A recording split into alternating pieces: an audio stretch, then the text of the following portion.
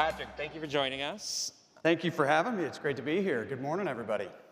Patrick, tell us what you do. What is your job? How did you get this job? What is your portfolio of responsibilities? Man, that's a long story. I would say that the condensed version is the idea for our office was hatched down in West Palm Beach during the presidential transition, months before the president ever took the oath and got sworn in. And the idea was the president has made a number of promises on the campaign trail around crypto. What's the plan to actually implement those? And at the time, it was like, well, you know, it's going to be a little bit SEC, CFTC, Treasury. But as anyone that has worked in government knows, you got to really put a lot of concentration and focus and clear rules and responsibilities around getting something done that is going to be such interagency in nature. So the idea for the office was to centralize the authority in the White House, speak with one voice across the different agencies that weigh in on digital assets and have something to say about it or some way to contribute to the pro-crypto agenda of this president. And that's what we do. So, you know, that's kind of the best description of my job. It is the centralizing function across the different agencies, SEC, CFTC, Treasury, OCC, you name it, alphabet soup, and ensuring that we are moving out on the president's promise to make the United States the crypto capital of the world. You know, I was talking a bit about the chaos of the last administration and the changes that you all have delivered. How has that been from the inside, like building the momentum and the political will to establish this new policy for the United States? I would say it was relatively easy once the president put in place a bunch of pro-innovation, pro-crypto-minded individuals at the different agencies. I imagine it could be difficult if you have people that see things differently or aren't aligned, but the president really assembled a group of people who saw the world the same way and wanted to make sure that the U.S. leads on this financial technology of the future. So with Chairman Atkins, Chairman Selig, Secretary Bessent, these are all forward-thinking individuals that recognize the benefits and the value that digital assets pose for the American economy, and also recognize the risk of America falling behind in this new chapter of the financial infrastructure of the future. America has benefited tremendously from our position in the global economy, and if we cede our leadership role on this, I think we're going to be paying for it for decades to come. You guys have had a very productive 18 months. What are you most proud of? What's your biggest outstanding objective? What are you working on now? I think anytime you get a major piece of legislation passed, that has to go to the top. So obviously the Genius Act was a massive win, and really an example of when Congress does something right, kind of gets ahead of an issue, legislates to innovate rather than legislating in a time of crisis. We're trying to do the same thing with the Clarity Act now, the market structure bill, which deals with the remaining 90+% of the crypto market in terms of value. And because it's dealing with that many other facets of the digital asset economy, it's more complicated. It takes time. You're talking about 2 committees of jurisdiction. You're talking about a lot of different business models and people that maybe didn't have as much of a stake in the outcome of the Genius Act, but they definitely have an interest in this one. So we're unfortunately also having to revisit some of the battles that we thought were settled and solved during the Genius Act, but making progress day by day and hoping to get this bill on the floor of the Senate very soon.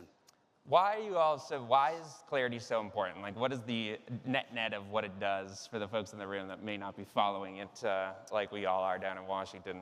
I think the simplest way to describe it is it sets the rules of the road, clear rules of the road for what is a digital security, digital commodity. It gives the CFTC authority over spot markets on digital commodities, which they currently lack. There's software developer protections in there so that we can allow innovation to flourish here at home and have the builders come back that were driven offshore by the Biden administration and Gensler's SEC regime, regulation by enforcement. Whole host of other issues in there, but those I would identify as kind of the core pillars of the bill. And why it is so important is because we obviously have great pro-crypto regulators at those different commissions right now, but the work that they're doing can be undone if you get a future Gary Gensler to come back in there. So we're putting in place the rules of the road that is going to be a check on regulators in the future, future administrations from being able to roll back the progress that's being made right now. So I think the value of clarity will certainly be felt in the near term, but where I think people will be really, really grateful for it is in a potential future administration that sees digital assets differently, is less innovation friendly. They're going to be severely limited in their ability to try and roll back the gains that we make during this administration. Legislation is durable. That's right. What do you think it'll do for folks that are not crypto native, but businesses like financial institutions that are experimenting, dabbling? What does it mean for them?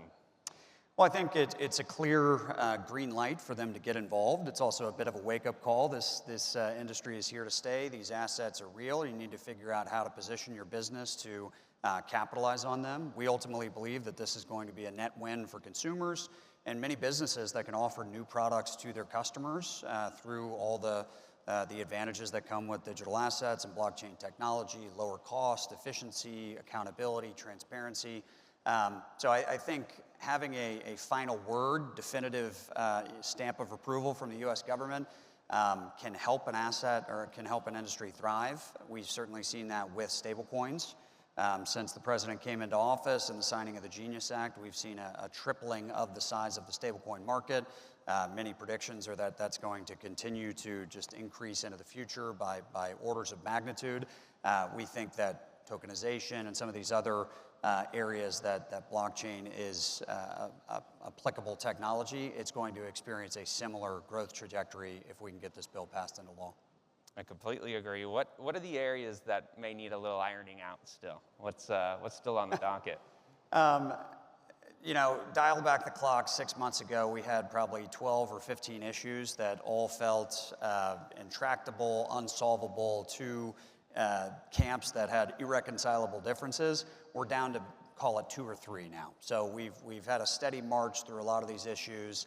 And what remains out there is, we've got rewards and yield, I think, in a good place where that compromise is going to hold. That was kind of the latest one that felt like Congratulations. Yeah. It needs to hold. Obviously, the senators ultimately are going to be the ones that need to stand by that compromise, but all indications are that that's going to hold and allow us to move forward to the remaining issues, which are really, there's BRCA, Blockchain Regulatory Certainty Act, which really focuses on developer protections. There's various ethics provisions of the bill that Democrats would like to see in there. I don't know if off the top of my head I'm blanking, but maybe there's one more in there. But again, we're down to like 2 or 3 of these issues. And I'm encouraged by the fact that we've solved a lot of these that felt unsolvable. I think we can do the same with these.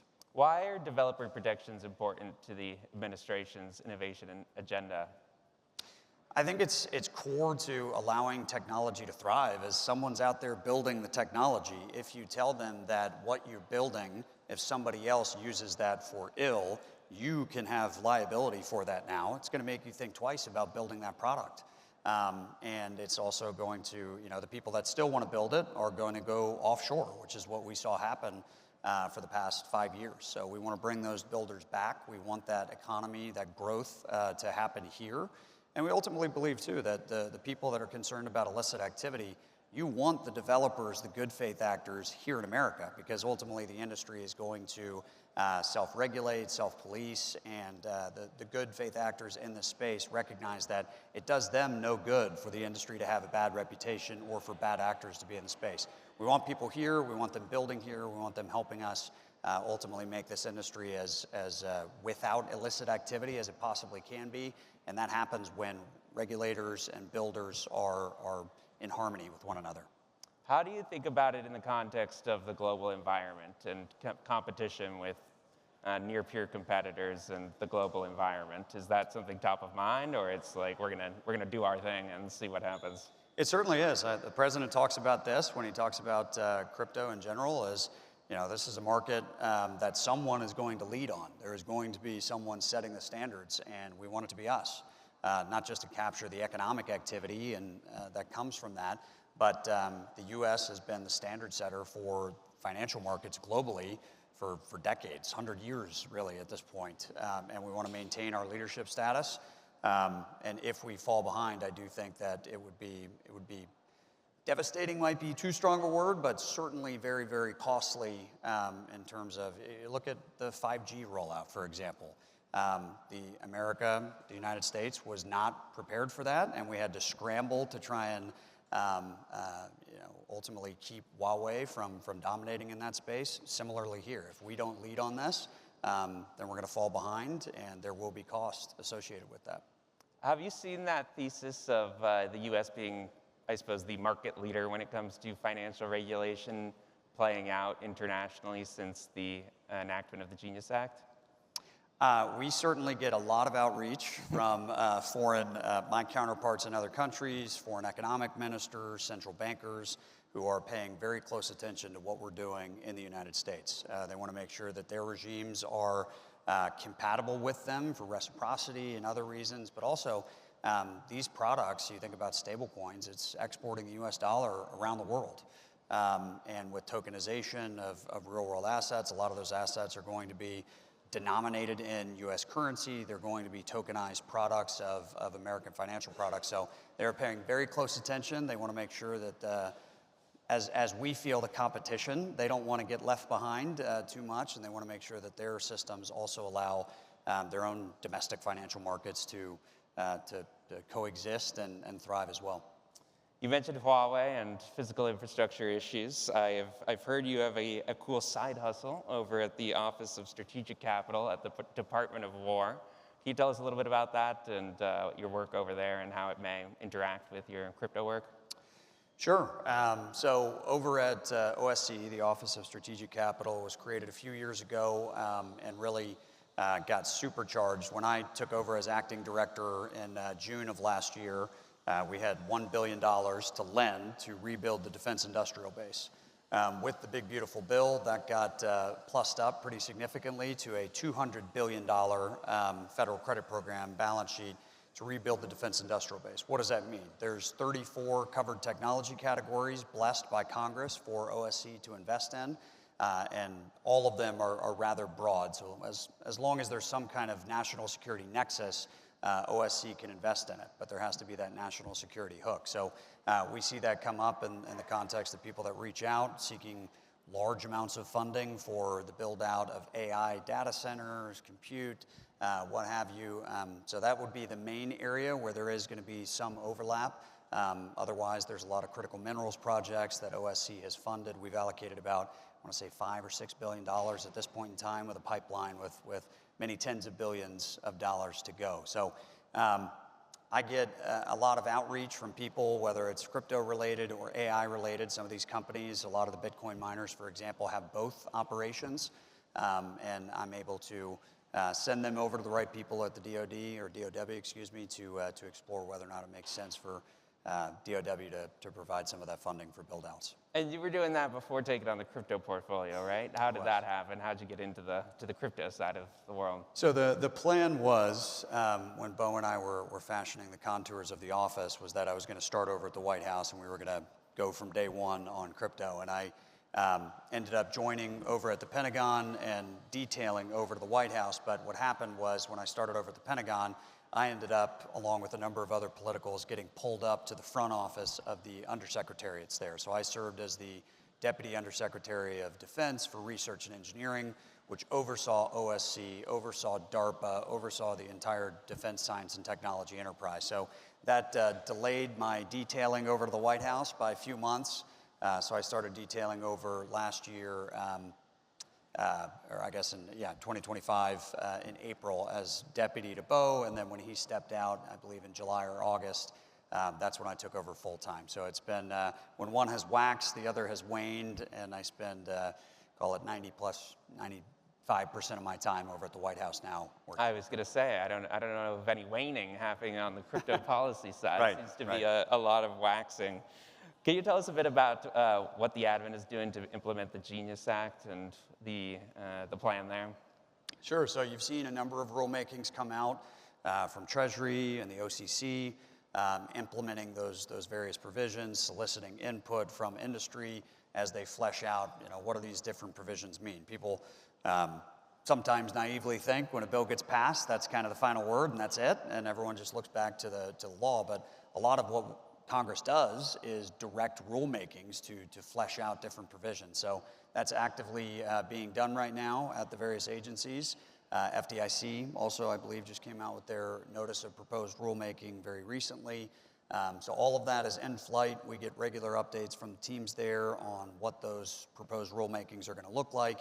And then as the comments come in from industry, adjudicating those and ultimately coming up with final rules. It takes time. There's a lot of input. This is a lot of interested people in crypto and traditional financial services that are going to be providing comments. So it'll be very entertaining and active, this rulemaking process. Once the Clarity Act passes, which I'm sure will be soon and smooth, what comes next on the agenda? Well, as we just talked about, there's going to be a tremendous amount of rulemaking that follows on from that. So we'll make sure that we're staying on top of that and ensuring that the rulemaking implements the vision that we had in getting that bill passed. There's talk of reconciliation, a second reconciliation in the fall. Not speaking for the Ways and Means Committee in the House, but we will definitely explore if there's an opportunity for some tax provisions, crypto tax provisions, to be included in there, which would be terrific. That's another one right at the top of our list of priorities. And in the next, call it a few weeks to months, we might also be making some announcements on the Strategic Bitcoin Reserve. So a lot going on. What's the Strategic Bitcoin Reserve? So that was created by executive order by the president last year, and pretty much stopped the bleeding across the different agencies. We have various seizing agencies in government, different civil forfeiture actions or criminal proceedings, and a lot of that, those digital assets were going into U.S. Marshals or some of the other seizing agencies, and then they were just being liquidated at fire sale prices, without much thought, and a lot of the cybersecurity protocols around them weren't very well thought out. So we heard stories and rumors, some substantiated, others not, around cold wallets, thumb drives and desks in places in the Department of Justice building.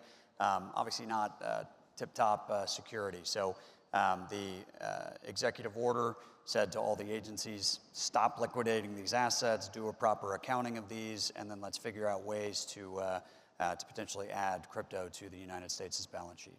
Very interesting. I've got a bit of a weird question here. I'm curious, what's your favorite and least favorite part of your job? Oh, man. Favorite part is I consider it a real privilege to be a steward of this industry's interest. And I take that responsibility very seriously. My boss, David Sachs, takes that responsibility very seriously. We had to right a lot of wrongs from the previous administration, which we've done a lot of. There's more to do. But ensuring that this industry is on solid footing going into the future is a tremendous responsibility, and I'm very grateful to have the opportunity to do that. Worst part is, this is my first go-around trying to get a piece of legislation passed. I will say it is a miracle that anything of consequence gets passed out of Congress, just because you have so many different people that have different interests and priorities and pet issues and thoughts on how the process should be run. It's just amazing, the herding of cats that has to happen. So God bless the chairman of Senate and House committees. It's a very difficult job, and that's before you even get to the partisan divide, is just getting people all on one side of the aisle to agree on things is very difficult. So it's a challenge, but when something does get passed, that's why it is so durable, because it's hard to get it done in the first place, and it's doubly hard to get it done once it's in place. If you're sitting, hopefully not a crypto policy conference, but just a normal crypto conference next year, what will success have looked like? How are you defining success in your role? I think it's getting this final piece of legislation passed. If there is an opportunity to get crypto tax and reconciliation or potentially move a standalone bill, it's having the legislation in place. It is rulemaking processes that are in flight, moving ahead on schedule, and staying consistent with the goal of what we want to do in this administration. And we would see, I think, just continued institutional adoption, retail adoption of crypto products. The customer is ultimately going to win when there's choice available to them. And what allows for choice to be available to them, it's clarity for the developers to build different protocols and products. It's clarity for existing institutions to start engaging with crypto. And I would say, not necessarily market cap, but I think just market activity, more and more adoption of this technology. Patrick, thank you so much for your leadership and your work. We appreciate you taking the time and looking forward to seeing you finish the job. Thank you very much. Appreciate it.